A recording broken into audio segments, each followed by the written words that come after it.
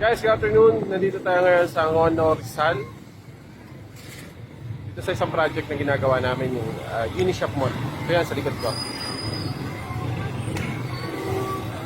Pag natapos siya, supposedly, yung itsura niya will be more or less like this.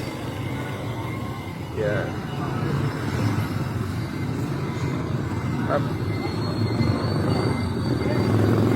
Okay. Yung existing Unishop Mall, ayun. So parang itong ginagawa namin, extension siya ng mall na yun. Ito naman siya from the other side. Naka-paint preparation na tayo dito. Yan, skin coat.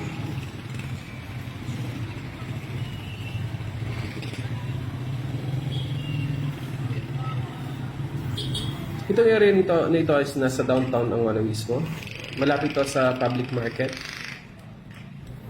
Ang focus namin ngayon is facades work para ma-install na yung bitana, since that is one of the critical activities sa project na to. On the roof deck, the waterproofing is ongoing. Sa loob naman, naka-ceiling framing na tayo dito sa loob, as you can see. Ayan yung loob, naka-ceiling framing na. Next work will be wire filling. We are targeting to complete this project within 3 to 4 months, and God willing, makuha natin. Give them only the best.